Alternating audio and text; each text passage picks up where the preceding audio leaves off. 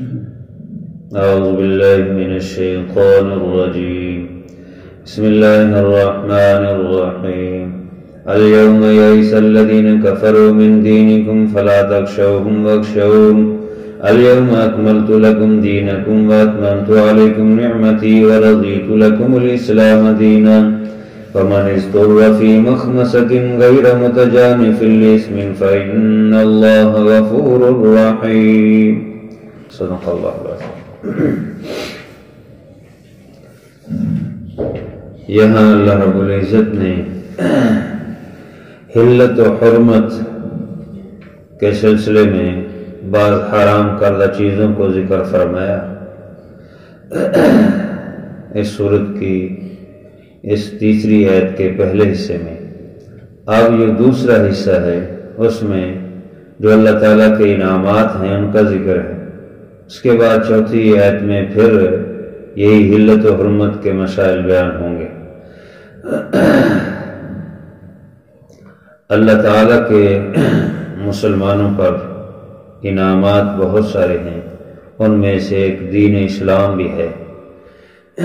اللہ تعالیٰ کی طرف سے یہ بڑا انعام ہے، اس کا فضل ہے، اس کی رحمت ہے. کفار و مشرکین جو ہر وقت حضور علیہ السلام کو تکلیف دیتے تھے اور جنگیں لڑتے تھے، کئی جنگیں ہوئی مسلسل، اور وہ ہر صورت رستہ روکتے رہے، روکنے کی کوشش کرتے رہے، لیکن اللہ رب العزت حضور علیہ السلام اور آپ کے ساتھی یعنی صحابہ کرام کی مدد فرماتے رہے، اور آہستہ آہستہ اللہ تعالیٰ نے اس مشکل سے نکالا، اور پھر آخر کار فتح مکہ پر جو ہے اسلام کا غلبہ ہو گیا. غزوہ حنین میں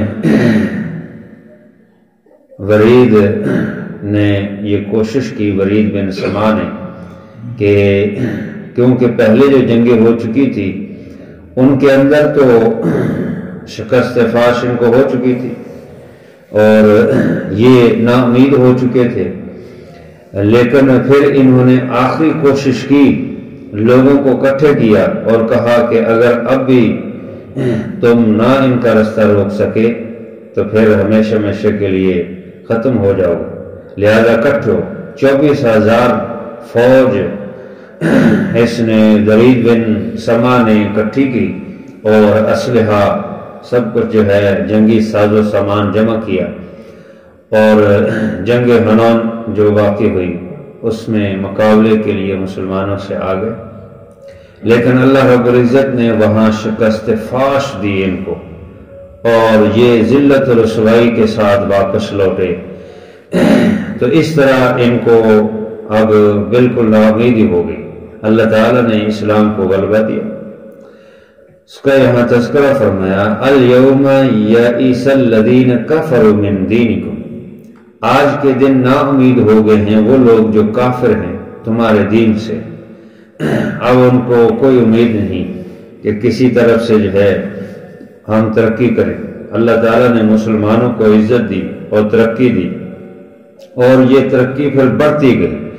الیوم آج کا دن، اس سے کوئی خاص دن مراد نہیں، بلکہ یہ 8 ذی الحجہ کا دن ہے، جو عرفہ کا دن ہے وہ مراد ہے. تو اس دن یہ آیت کا حصہ جو ہے وہ نازل ہوا جمعے کے دن، یعنی جب حجۃ الوداع تھا اس میں عرفہ کے دن. تو ہمارے ہاں تو 8 ہوتی ہے لیکن وہاں 9 تاریخ جو ہے، تو اس میں یہ سلسلہ ہوا کہ اللہ تعالیٰ نے حضور علیہ السلام کو یہ آیت نازل فرمائی. آپ اونٹنی پر سوار تھے اور میدان عرفات میں موجود تھے، اور صحابہ کرام کی قیادت فرما رہے تھے، امامت فرما رہے تھے. حج کی دن جمعے کا تھا اور عرفہ کا دن تھا. اس دن اللہ تبارک و تعالیٰ نے یہ آیت نازل فرمائی. تو یہ عرفہ کا دن مراد ہے. اسی پر حضرت عمر فاروق رضی اللہ تعالیٰ عنہ سے کسی کافر نے کہا کہ تمہیں یہ جو آیت نازل ہوئی ہے الیوم اکملت لکم دینکم واتممت علیکم نعمتی ورضیت لکم الاسلام دینا، جس دن یہ اگر ہمارے لیے ایسا کوئی دن ہوتا تو ہم اس دن عید مناتے. یہ بہت بڑی آیت نازل ہوئی. تو حضرت عمر فاروق رضی اللہ تعالیٰ نے فرمایا کہ یہ جس دن نازل ہوئی ہے اس دن پہلے ہی 2 عیدیں ہیں. پہلے ہی ہمارے لیے خوشی کا دن ہے تو ہم کیا عید منائیں. ایک جمعے کا دن تھا وہ بھی خوشی کا دن ہے، اور دوسرا عرفہ کا دن تھا عید البقرہ، تو یہ تو ہمارے خوشی کے دن ہے. تو لہذا ہمیں دن منانے کی کیا ضرورت ہے.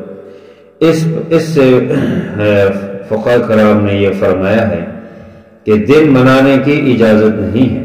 اگر دن منانے کی اجازت ہوتی تو حضرت عمر فاروق رضی اللہ عنہ فرماتے ہاں ہم بھی اس دن کو مناتے.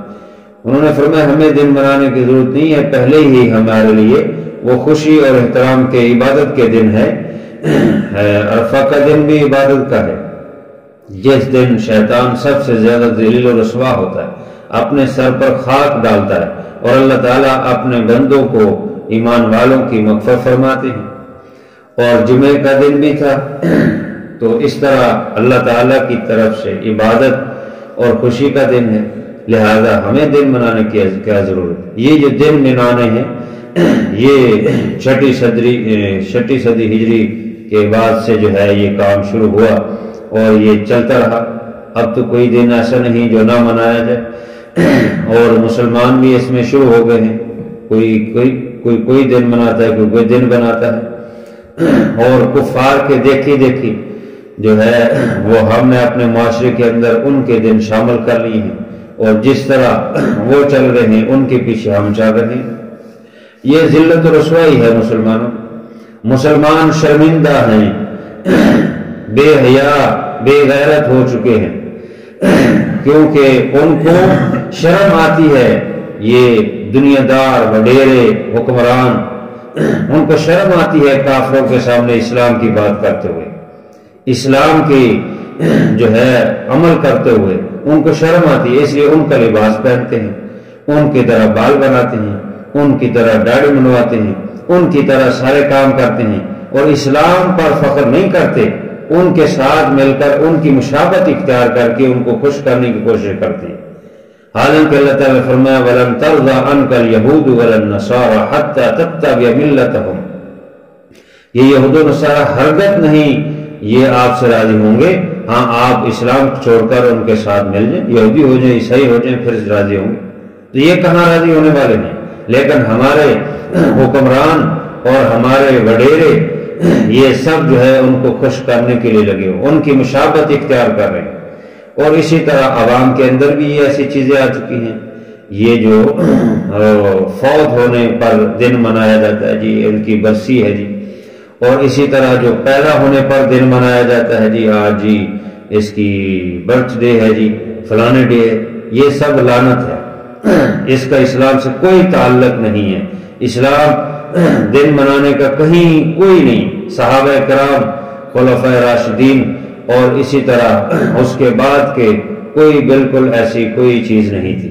یہ بعد میں پیدا ہوئی ہے. یہ دین سے بگاڑ ہے، دین سے دوری ہے، اور اللہ کی لعنت لینا ہے. کیونکہ جب اللہ کا حکم چھوڑ کے غیروں کا مانو گے تو اللہ کی لعنت ہو. تو یہودیوں پر حضور علیہ السلام نے کیوں لعنت فرمائی؟ اسی لیے فرمائی کہ انہوں نے اپنے دین کو بگاڑا تھا. تو آج ہم کیا کر رہے ہیں؟ تو ہمیں ان چیزوں سے نکلنا ہے، اور یہ کافروں کی مشابہت سے نکلنا ہے. من تشبہ بقوم فہو منہ، جو کافروں سے مشابہت اختیار کرے گا وہ قیامت کے دن اسی کے ساتھ ہوگا. تو اس بارے میں تھوڑی سختی کرنی پڑے گی ہمیں اپنے گھر کے اندر، اپنے ماحول کے اندر، اپنے معاشرے کے اندر، ورنہ دین اسی طرح بگڑتا جائے گا. آج یہی وجہ ہے کہ آج ہم نا امید ہو چکے ہیں کہ کہیں سے کوئی اسلام کی ہمیں خوشبو نظر نہیں آتی. سب فاسق فاجر جو ہے وہ مسلط ہو چکے ہیں ہر جگہ پر جو ہے، تو کہ وہ کوئی اسلام کی طرف کوئی کوشش کرے. تو اس لیے جو ہے یہ درست نہیں ہے. ہمیں اسلام کو ترویج دینی ہے، اسلام پر فخر کرنا ہے، اسلام، دین اسلام اللہ تعالیٰ ہمارے لیے چنا ہے، اس پر ہمیں خوش ہونا ہے، ہمیں اسلام کی باتوں پر عمل کر کے خوش ہونا ہے، کافروں کی باتوں پر عمل کر کے خوش نہیں ہونا۔ تو اسلام تو ترقی کرتا گیا اور اللہ تعالیٰ نے ترقی دی، لیکن پھر تاتاریوں کا جب دور آیا تو پھر اسلام کا زوال بالکل جو ہے وہ ختم ہو گیا، زوال ہو گیا، اور بالکل جو رہی سری بات تھی وہ بھی ختم ہو گئی، اور آہستہ آہستہ اب دین اسلام سے دور ہی ہو رہے ہیں، دور ہی ہو رہے ہیں۔ مسلمان بچے بچیاں نیٹ پر بیٹھے جو ہے اپنا ایمان تباہ کر رہے ہیں، بے حیائی فحاشی پھیلا رہے ہیں، اور ہیں مسلمان، اپنے آپ کو مسلمان کہتے ہیں، اور لیکن کام مسلمان والا کوئی نہیں، تو کہیں سے کوئی امید نظر نہیں آتی۔ بس یہی ہے کہ حضرت مسیح علیہ السلام آئیں گے، حضرت امام مہدی آئیں گے، پھر اسلام کا غلبہ ہوگا، ورنہ آج ہم تباہ ہو چکے ہیں۔ بات ہم سے کر لے تو ہم ٹھیکیدار ہیں اسلام کے، ہم کہتے ہیں ہم سے بات نہ کرو، لیکن کام عملی میدان میں ہم زیرو ہیں۔ تو بہرحال یہ تو کافروں کی حالت تھی۔ اللہ تعالیٰ فرماتے ہیں آج کے دن کافر تمہارے دین سے نا امید ہو چکے ہیں، لیکن آج الٹ بات ہو چکی ہے کہ مسلمان نا امید ہو چکے ہیں۔ کہیں کوئی اسلام کی کوئی خوشبو نظر آئے، اسلام کے احکام نظر آئے، اسلام کے احکام انہوں نے لے کر جو ہے غیروں نے وہ ترقی کر لی، اور ہم نے چھوڑ کر جو ہے زوال کی طرف، پستی کی طرف آ گئے۔ تو بہرحال یہ ہمیں سوچنا ہوگا، یہ اللہ تبارک و تعالی اس لیے یہ اس انعام کو ذکر فرما رہا ہے کہ آج کے دن کافر تمہارے دین سے نا امید ہو چکے ہیں۔ فلا تخشوہم واخشون، پس نہ ڈرو ان سے، مجھ سے ڈرو۔ اللہ تعالیٰ فرما رہے مجھ سے ڈرو۔ آج ہمارے دلوں میں کافروں کا دل خوف جو ہے کیوں طاری ہو چکا ہے؟ کیونکہ ہم اللہ سے نہیں ڈرتے۔ اگر اللہ سے ڈریں، ایک سے ڈریں تو سب کا ڈر نکل جائے گا، اور اگر سب سے ڈریں تو پھر تباہی بربادی، پھر غیروں سے ڈرتے رہیں گے پھر نقصان ہوگا۔ اللہ تعالیٰ تو فرماتے ہیں ان الدین عند اللہ الاسلام، اللہ کے ہاں دین اسلام وہی ہے، وہی اللہ نے تمہارے لیے پسند کیا ہے۔ تو دین اسلام جب خالق کائنات نے، رب تعالی نے پسند کیا ہے تو تمہیں کیا ہو گیا؟ ہم مسلمانوں کو کیا ہو گیا ہے کہ ہم اسلام سے بیزار ہو چکے ہیں، نہ ہم نماز کی پابندی کرتے ہیں، نہ ہم زکوٰۃ کے نظام کو صحیح کر رہے ہیں، نہ ہم جو ہے ملک کے عدالتی نظام کو صحیح کر رہے ہیں۔ کس کس معاملے میں اور کس کس بات پر رونا رویا جائے؟ تو جب اللہ کا خوف نکل جائے تو پھر اسی طرح ہوتا ہے، اور منافقت انتہائی زیادہ ہو چکی ہے۔ دنیا مسلمان منافقت سے بڑھ گئی ہے، کسی کے منہ پر کچھ کہتے ہیں اور پیچھے سے کچھ کرتے ہیں، عمل کچھ کرتے ہیں، کہتے کچھ ہیں۔ اسی طرح یہ سلسلہ جو ہے بڑھ رہا ہے دن بدن، اور یہی چیز ہے کہ ہمارے دل میں خوف خدا نہیں ہے۔ فرمایا فلا تخشوہم واخشون، پس نہ ڈرو ان سے، مجھ سے ڈرو۔ الیوم اکملت لکم دینکم، آج کے دن یعنی وہ عرفہ کا دن تھا، اس دن سے مراد صحابہ کرام کی ہستیاں موجود تھی، 1,14,000، 1,24,000، 1,40,000، 1.5 لاکھ تک مختلف روایات ہیں، کیونکہ اندازہ صحابہ کرام نے جو لگایا اس کے مطابق وہ روایات میں اختلاف ہے۔ 12 لاکھ سے اوپر ہے، 1.5 لاکھ کے قریب صحابہ کرام کی ہستیاں موجود تھی۔ اس موقع پر آپ صلی اللہ علیہ وسلم اونٹنی پر سوار تھے، جمعے کا اور عرفہ کا دن حجۃ الوداع تھا، اس پر یہ آیت نازل ہوئی۔ اللہ تعالیٰ فرما رہے ہیں آج کے دن پورا کر دیا تمہارے لیے تمہارے دین کو، دین اسلام مکمل ہو چکا، گویا کہ اللہ تعالیٰ نے اشارہ دے دیا اب دین ترقی کر رہا ہے، اسلام ترقی کے زینے پر آ گیا ہے، اب حضور علیہ السلام کے دنیا سے جانے کا وقت آ گیا۔ یہی وجہ ہے اس آیت کے نازل ہونے کے 81 دن پر آپ صلی اللہ علیہ وسلم دنیا سے تشریف لے گئے۔ تو اللہ تعالیٰ نے دین اسلام فرمایا تمہارے لیے مکمل کر دیا، وَأَتْمَمْتُ عَلَيْكُمْ نِعْمَتِي، اور پورا کر دیا تمہارے اوپر اپنی نعمت کو۔ دین اسلام بہت بڑی نعمت ہے، اس کو مکمل کر دیا۔ وَرَضِيتُ لَكُمُ الْإِسْلَامَ دِينًا، اور پسند کیا تمہارے لیے میں نے دین اسلام کو۔ جب اللہ نے پسند کیا ہمیں کیوں نہ پسند ہے؟ ہمیں نبی صلی اللہ علیہ وسلم کے طریقے ناپسند کیوں ہیں؟ نبی صلی اللہ علیہ وسلم کے طریقے اور سنت کو چھوڑ کر غیروں پر چل کر ہم فخر کیوں کرتے ہیں؟ ہمیں کیا مار مر گئی ہے، ہم پر کیا لعنت پڑ گئی ہے کہ ہم جو ہے نبی کی سنت کو، پیارے پیارے طریقے جو بہترین طریقے ہیں، نورانی طریقے ہیں جس میں اللہ کی رحمت نازل ہوتی ہے، اس کو چھوڑ کر ہم غیروں کو فالو کرتے ہیں، ان کے طریقے پر چل کر جو ہے ہم فخر محسوس کرتے ہیں۔ ہماری نوجوان نسل داڑھی کٹوا کر، بال کافروں کی طرح بنا کر، لباس کافروں کی طرح پہن کر فخر کرتے ہیں، اور چوک چوراہوں میں کھڑے ہو کر جو ہے ایک دوسرے سے جو ہے اوپر ہونے کی کوشش کرتے ہیں کہ میں نے یہ کیا، میں نے وہ کیا، میں نے اس طرح بنا لیے بال، میں نے اس طرح بنا لیے، اور اللہ کے جو حکم ہے اس کو چھوڑیں گے تو کیا ہوگا ہم پر؟ پھر یہ اسی طرح ذلت و رسوائی ہوگی، جس طرح ہم ذلت و رسوائی اٹھا رہے ہیں یہ ختم نہیں ہوگی، جس طرح کے ہمارے حالات ہیں نہیں ختم ہوگی۔ اللہ خود فرماتا ہے ما یغیر بقوم حتی یغیر بانفسہم، جو قوم خود اپنی حالت نہیں بدلتی اللہ بھی نہیں بدلتا۔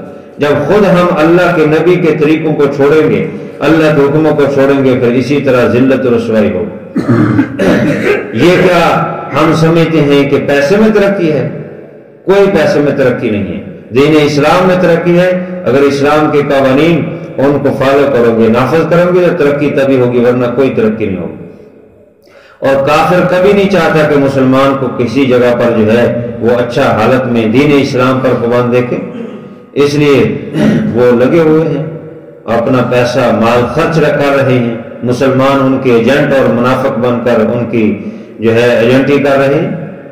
اللہ تو فرما رہے وَرَضِيتُ لَكُمُ الْإِسْلَامَ دِينًا، میں نے پسند کیا تمہارے لیے دین اسلام، تو اس پر ہمیں خوش ہونا چاہیے، فخر کرنا چاہیے، جیسے صحابہ کرام کی حیثیت تھی۔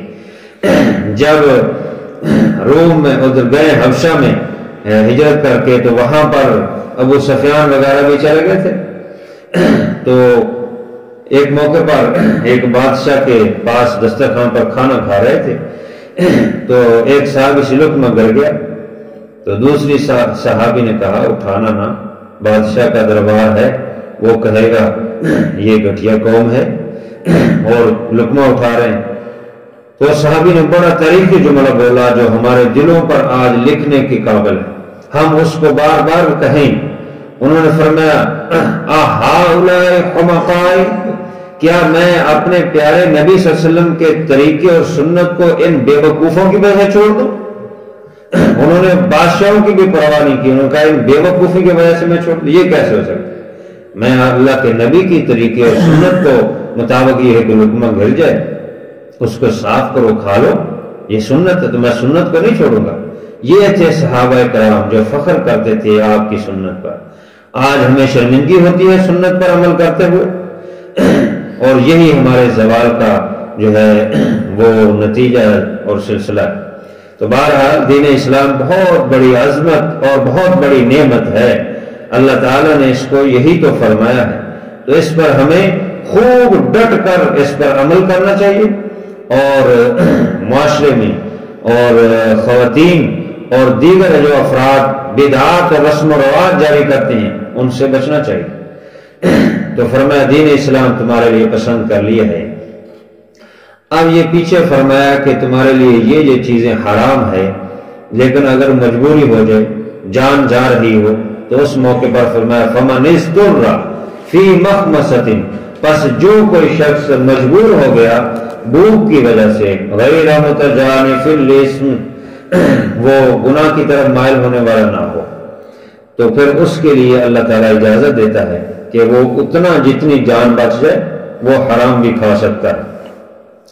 سور ہے، شراب ہے، یا کوئی اور حرام چیز ہے، اس کے علاوہ ہے ہی نہیں، حلال نہیں مل رہا اور اس کی جان جا رہی ہے، مر رہا ہے، اگر نہیں کھاتا تو موت واقع ہو جائے گی، تو پھر شریعت نے اجازت دی ہے۔ امام ابو حنیفہ رحمہ اللہ فرماتے ہیں کہ پھر اتنا کھائے جس سے جان بچ جائے، پھر زیادہ نہ کھائے۔